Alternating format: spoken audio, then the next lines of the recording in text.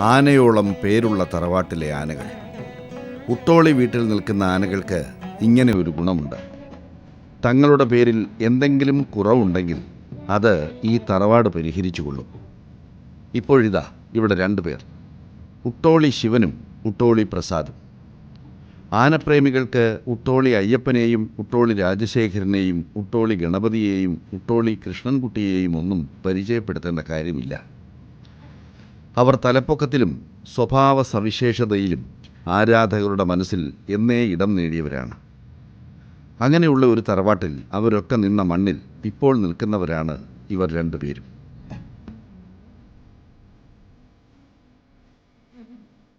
ഉട്ടോളി തറവാട്ടിൽ എത്തുന്നതുവരെ ഒരാന കേമനോ പ്രതാപശാലിയോ ഒന്നും ആകണമെന്നില്ല. എന്നാൽ ഇവിടെ എത്തിക്കഴിഞ്ഞാൽ പഴയ ആനയായി അവർക്ക് ജീവിക്കാനും സാധിക്കില്ല. അതാണ് തറവാടുകളുടെ ഗുണം.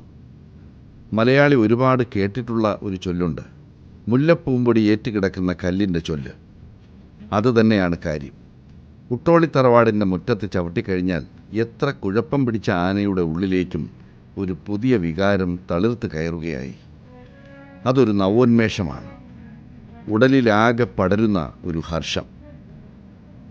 ആ നവോന്മേഷം നാൾക്കുനാൾ ഏറ്റുവാങ്ങി ഉത്സവപ്പറമ്പുകളിലെ ശ്രദ്ധാകേന്ദ്രങ്ങളാവുകയാണ് ഉട്ടോളി ശിവനും ഉട്ടോളി പ്രസാദും.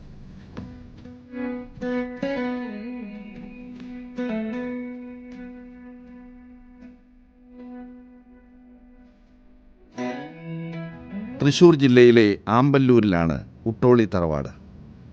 ഉട്ടോളി കൃഷ്ണൻകുട്ടി എന്ന് പറഞ്ഞാൽ കേരളത്തിലെ ഒരുവിധമുള്ള ആനക്കാരൊക്കെ അറിയും. ആനകളെ ഹൃദയം കൊണ്ട് സ്നേഹിക്കുകയും പോറ്റി വളർത്തുകയും ഒക്കെ ചെയ്യുന്ന ഒരു ആനക്കാരൻ.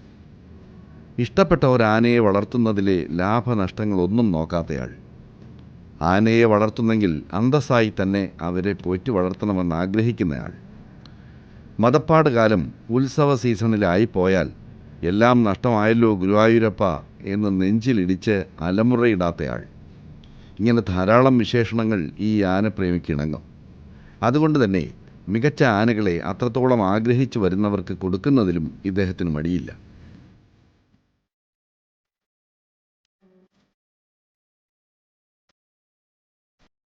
ഏറ്റവും ഭംഗിയായിട്ട് ആനയെ നോക്കുന്ന ഉടമസ്ഥന്മാരിൽ പ്രമുഖനാണ് കൃഷ്ണൻകുട്ടിയേട്ടൻ. അങ്ങനെയുള്ള കൃഷ്ണൻകുട്ടിയേട്ടൻ കഴിഞ്ഞ പ്രാവശ്യം ഞങ്ങളിവിടെ വന്നപ്പോഴത്തേക്കും കണ്ടത് ഏറ്റവും ഏഷ്യയിലെ തന്നെ നാട്ടാനകളിൽ ഉയരം കൊണ്ട് രണ്ടാമത് നിൽക്കുന്ന ആനയായിരുന്നു ഊട്ടോളി രാജശേഖരൻ.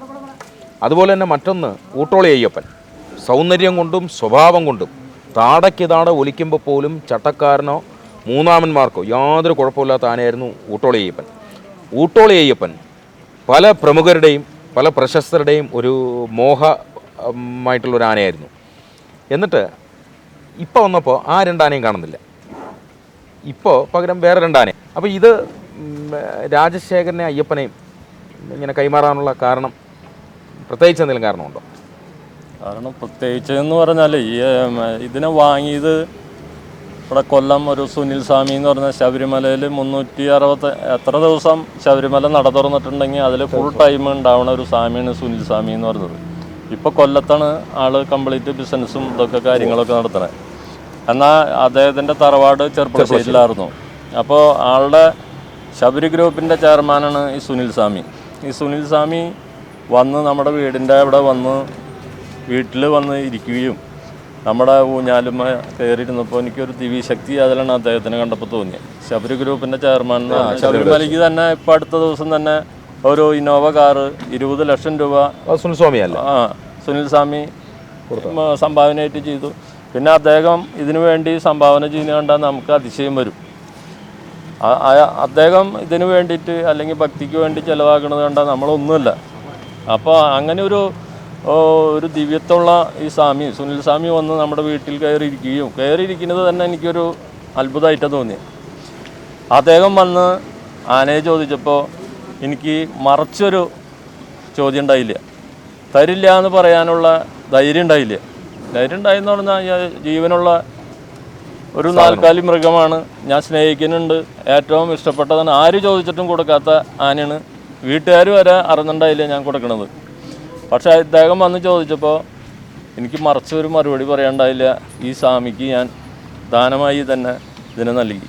അപ്പോഴും എനിക്ക് ശബരിമല അയ്യപ്പൻ്റെ കൃപ കൊണ്ട് ഇത് എന്തായാലും ആന ഫീൽഡിൽ ഞാൻ പോവില്ല എന്നുള്ളതും ഇതിനേലും നല്ലത് എനിക്ക് ദൈവം തരുന്നു വിചാരിച്ച് തന്നെയാണ് ഞാൻ ഈ 2 ആനയും വാങ്ങിയത്.